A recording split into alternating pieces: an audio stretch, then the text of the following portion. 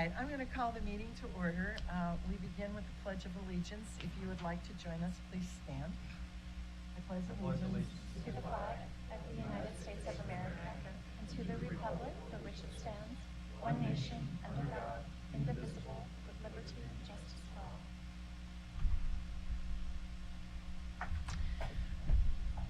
Okay, the first item on our agenda is to adopt the agenda. So moved. Second. All in favor, say aye. Aye. Opposed, motion carries. Next item on our agenda is the consent agenda, and items on the consent agenda are considered to be routine and will be enacted by one motion. There will be no separate discussion on these items unless the commissioner or citizen so requests, in which case the item will be removed from the consent agenda and placed on the regular agenda. Are there any such requests? Madam President, I move approval of the consent agenda. Second. Okay, any discussion? All in favor say aye. Aye. Opposed? Motion carries. Okay, that brings us to our regular agenda. And this item is on our agenda as a result of the tragic accident that happened on the freeway. I believe it was only about a week ago, in which 3 airmen from Mountain Home Air Force Base tragically lost their lives, and another gentleman did as well. But it has rendered the Cloverdale Bridge, I guess, impassable. And the question is, should it be restored to its original condition of 2 lanes, or is there another alternative? And we have a presentation by Amy Rivas of the Idaho Department of Transportation, who will let us know what their plans are to replace or fix that bridge. So Amy, if you want to approach and let us know what you guys have in mind. Okay, well, last week our board acted to give us authority to replace the bridge, if that is agreeable with ACHD. And so we're here to talk about our options. In our presentation to our board, we talked about the age of the bridge. It was built in 1966, so it's nearing the end of, past the end of its original design life of 50 years. It is only 2 lanes with narrow shoulders and no sidewalk facilities. It has it meets standard clearance, but it has some clearance issues under the freeway for overheight loads, which is a difficult detour for overheight loads. The bridge doesn't accommodate future widening of I-84 as it sits today. And so we are looking at the option of $1 million to $1.5 million to repair it and restore it to its condition as it is today in only 2 lanes. Or our estimate is between $6 and $8 million to replace it and build it to 4 lanes with standard shoulders and sidewalks and appropriate pedestrian and bicycle facilities. So our board took that under advisement and authorized us to pursue the replacement as a better expenditure of the public funds rather than repairing it and leaving it in its current condition. So that is our preferred alternative, and we want to know that ACHD supports that. It does mean that the bridge will be out of service for a longer period of time than if we simply repaired it. It would take us probably 10 to 12 weeks to get traffic restored for a repair, and it'll take us up to 12 months to design and build a entirely new structure. So that's what I am here. If you have, I stand for questions if you have any. We have handed you what we would propose. We worked with ACHD staff this morning. So we had been looking at your master plan for pedestrian and bicycle facilities so that we could match what would be for consistency in the corridor for what you would ultimately build, because this bridge will stand for a long time. And so we want to make sure that what we do is consistent with the corridor that you would ultimately build.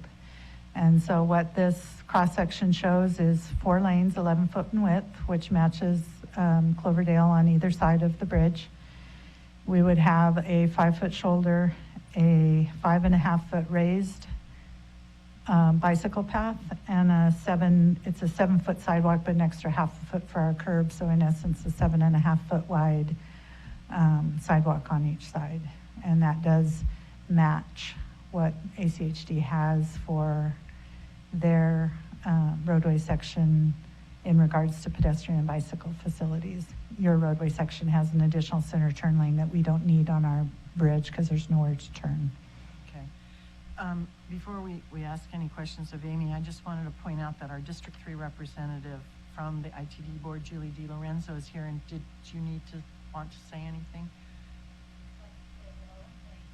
Okay. Okay, thank you. So, would you anticipate bidding out the bridge and the approaches as one contract? Our plan at this point is to cooperate with ACHD in the design of the approaches, making sure that they're compatible. And as we move forward, if ACHD's plans can be developed in concert with our project and that we can mesh them at the end of the day and stay on schedule, that we would be willing to go forward with a single contract. And so, but we also don't want to hold up the replacement of the bridge. And so we would be working very closely with your staff. I have pulling staff together who will be our design team tomorrow morning. We're going to develop a schedule, and we've committed to providing that schedule to your staff to make sure that we can mesh the two together. And the desire is to do a single contract, but we will see how well it goes along the way. Okay, thank you. Any, Commissioner Woods? Thank you, President Baker. Amy, thank you for the presentation and for the work you've done on this, and to Julie as well for being here today. Clearly, this was a tragedy, and we all feel for that. Agreed. But I think the way that you responded quickly, the ITD board responded quickly, the way you worked with our staff, I think what you presented here today is consistent with what ACHD has envisioned as sort of our vision for providing facilities that provide that level of safety for motorists, bicyclists and pedestrian. We've received a number of emails, concerning this, and I think this work reflects, those concerns. And so, at the end of the day, it's about creating something that will be used and be safe for that neighborhood. And there's very limited opportunity to cross the freeway. And so I think what you've done here really, fits our vision for the neighborhood. And so I appreciate that. Okay, I appreciate that. Anyone else? Mr. Hanson?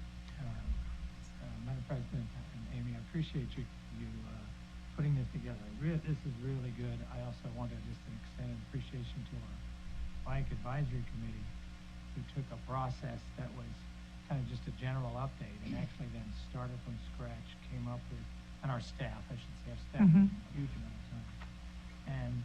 And who would have guessed that it wouldn't be ACHD, but ITD that would be building the first raised bike lane under the criteria set forth in the facilities matrix that we came up with. And I appreciate the fact that, you're using your, what are they called, Group B and Group C facilities in urban areas. That's consistent with, as Commissioner Wood said, a lot of concerns from the neighborhoods. And as you know, there's a park there and there's a Yes. school nearby. People live very close to the freeway there and look across. This is one of the gaps that we will show how we can effectively make a link between two gaps and ensure people can really use those. And in fact, when we measure them, it will show it's a useful tool for mitigating car traffic. People have that option. They won't be driving to that park across the freeway. They'll be walking there. And that addresses congestion on our system. Thank you. Yes. Commissioner Arnold? Thank you. I too would like to commend ITD for reacting so quickly and pulling together a plan. Until it closed, I drove across that overpass at least 4 times a day, usually 6 to 8 times a day. So it would not be a good idea to rebuild it as it is. It's very dangerous. I've seen a number of near misses with bicycles and pedestrians and cars, and I am fully supportive of doing it right and doing whatever ACHD can do to help make that happen and make it happen as quickly as ITD and ACHD can move. So thank you. Thank you. Going along with with everything that's been said so far, but without repeating any of it, thank you. I believe that ACHD is ready, willing, and able to accept the challenge of keeping up with ITD on this. And the thought just occurred to me that there might be another challenge that could be given to the city of Boise with regards to some more of Cloverdale heading south. That's only going to be 2 lanes after Overland. And there are aspects of congestion and other things south of Overland that I would hope personally might be able to convince others to increase the priority for some of the rest of Cloverdale. Thank you. Thank you, Amy. Is there anything else you wanted to add? Just, you need a commitment from us to partner. I think our staff has already showed that that's going to happen. Absolutely. We will obviously have to look at our budget to make sure that the money is there, but that will happen. And I guess, as Commissioner Goldthorpe says, I don't think we'll have a problem keeping up, but if we do, we'll make that time up. Sure. Well, just to follow up on what you're asking, does, I mean, we can make a motion in support of the ITD board. Is that what your board is expecting? I would appreciate that, just from a, we recognize that this is a greater impact to the public in regards to keeping the roadway closed longer but at the end of the day, we get this much better facility. And I would appreciate that, that we know that it's been endorsed by ACHD, because it's, other than the bridge, the rest of the road is your local road. Right. And so this is something of a unique situation, and that's where I'm really looking for, is just to make sure that we have your full support for the fact that it stays closed longer. We will move absolutely as quickly as we can.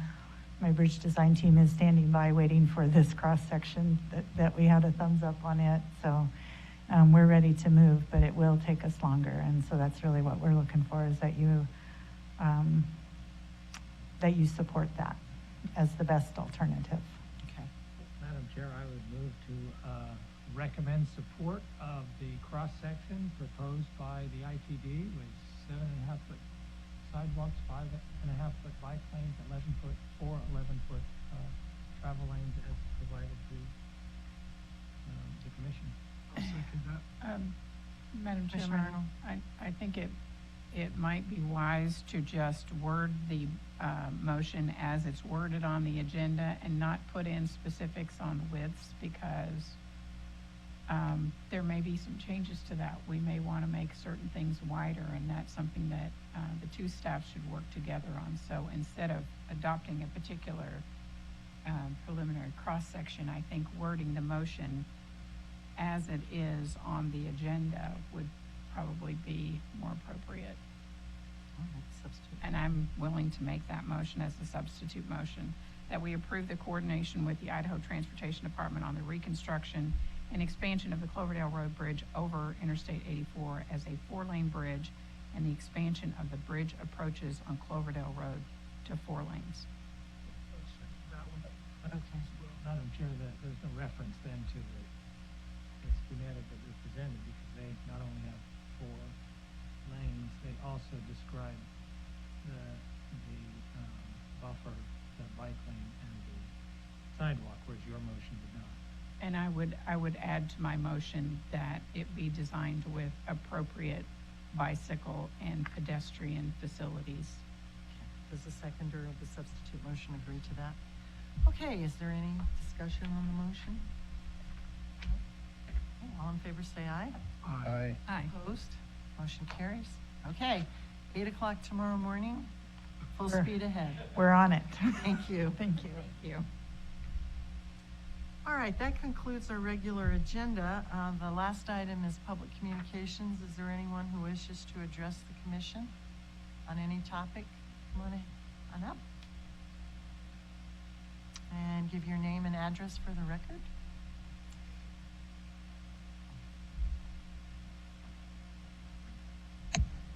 Hello, my name is Julie Hulvey. My address is 3707 Nez Perce Street in Boise, Idaho. I'm here to follow up tonight regarding a quick presentation I made to you. I believe it was May 27th. I'm here about the same issue. At that time, I spoke to you about a substandard development in my neighborhood requiring garages on the alley and access to those garages from the alley and the condition of the alley. Since then, I've had some discussions with Dave Serdar and Scott Spears. At that time, I gave him some new information that the property in question had been again sold. They had drawn up some kind of a license agreement with the first owner, and now we're into the process of the second ownership. So the first owner's license potentially is completely invalid. Well, let's check on that. Mr. Spears, does the license agreement go with the property or the ownership?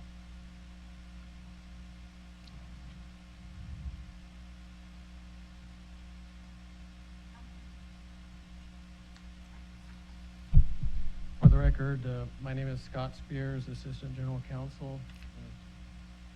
And in answer to the question, the license agreement stays with the property.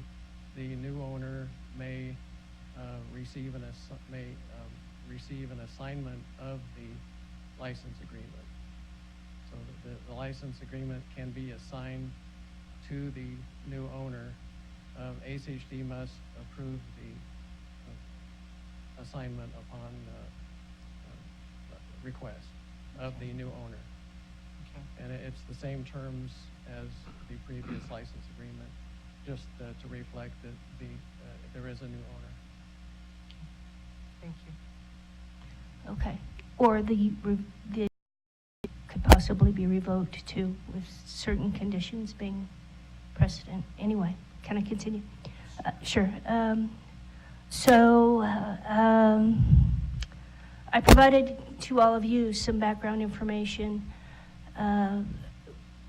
with the information including the permit from the city for the property owner to develop the property and the conditions that the city would require, and a letter from the ACHD confirming what the ACHD's conditions would be, followed by a amended or restated letter from ACHD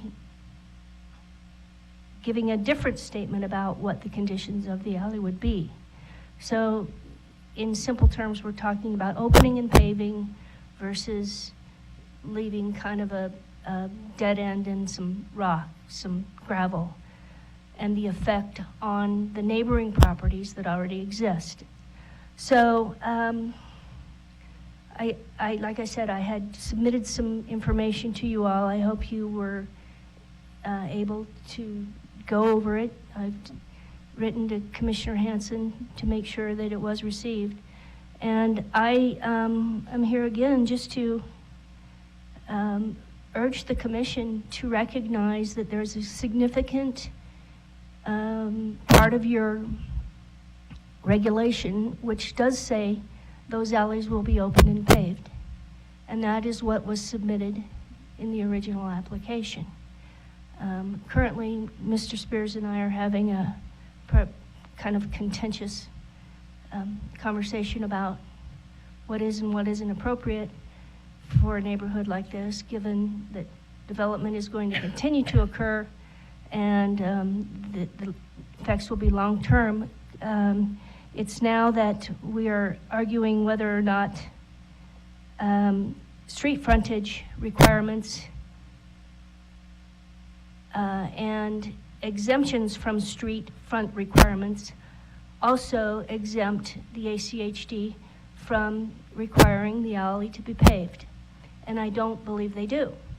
So I'm here, I guess, because I am coming up against some dead ends. I want to have something here entered into the public record that this is an issue that needs to be dealt with fairly as far as the existing neighborhood is concerned. And it is an alley. It's not a street frontage. I've been digging into this and understand it pretty deeply, and so I'm not sure my message is getting across to you all, although I'm sure you would understand it if we could sit down and go through the paperwork. So I think I've concluded my statements. Again, I want you to stick with your original statement that the alley needs to be opened and paved. I don't know why there is indecision about it. That seems to kind of throw in some doubts about whether any of it is correct. But let's say there were no rules. What would we do if a development came into the alley and people were going to be using it all the time? What would be the consensus of the neighbors? What would be the right thing to do to make it a comfortable transition for everybody? And I think that's open and pave an alley. So thank you. Thank you. Madam President, if I could just, so when you came before us before, it was in public communications, and we can't make any decision in public communications, so I don't think we made any decision when we spoke with you last time, but if, if the staff has made a decision, you have the right to appeal that decision to this commission. I don't know where we are. Scott, have we, has the staff made a decision in this matter that she now has the ability to appeal to the commission? Madam President, Mr. Commissioner, the issue that she would be appealing was decided many months ago. The opportunity to appeal a staff decision has long passed. So was the decision made not to require paving of the alley? Yes. And then a license agreement was granted. And may I Made by us. explain to the commission why the alley was not required to be paved? Oh, okay. So, can I just ask a quick question? It would be appropriate if Ms. Holly could make an appeal request that would have a waiver of the time limit and then appeal to the substance of it, and then have that presented in a public hearing, back and forth, evidence and whatnot. Would that be an appropriate course of action? I would have to, Madam President, Mr. Commissioner, I would have to examine that as even a procedural viability to waive the appeal period. I'm not honestly sure that an appeal period is available for an action such as this. And so first I would have to determine that for certain, and then go from there. But quite frankly, I'm not even sure that this action is appealable. I have a question. Go ahead. So, Mr. Spears, would it be possible for the neighbors to get together and submit a petition to the district to pave the alley, to have it paved? I mean, it seems like that would be, if they want it open and paved, and they're using the public right-of-way, it's currently an unopened right-of-way, is that correct? Yes, the alley, Madam President, Commissioner, yes, the alley in question is unopened, public right-of-way. None of it is paved. This development came about as the splitting of a single lot into two shotgun houses with garages facing the alley. Per ACT code, a development with a potential to generate less than 10 additional vehicle trips per day is exempt from all ACHD requirements except for those contained in 7203.3 and 7300. 7300 is the impact B, and 7203.3 is minor improvements on street, such as deficiencies of deteriorated facilities, sidewalk construction, replacement of curb gutter, a sidewalk. Alley is not mentioned in 7203.3. Therefore, under our policy, we have no basis to require the developer to pave the alley. It is an exemption that is in our policy. We could not require that of this Okay. developer. So I understand that staff made the decision and that our policy says we cannot require the developer to pave the alley. But if there are folks who are using that alley, they could get together and come in and make a request to the district that we formally open the right-of-way and pave it. They could, Well, then why don't you work with her to see if that's an option that the neighbors would like to pursue? Because if it's unopened right-of-way, I think anybody who's using it should have the ability to come in and say, okay, especially if they own property right there, to come in and say, we'd like for this to be an open right-of-way. And then we can weigh it and make a decision, but. Madam President, I will look into that as an option.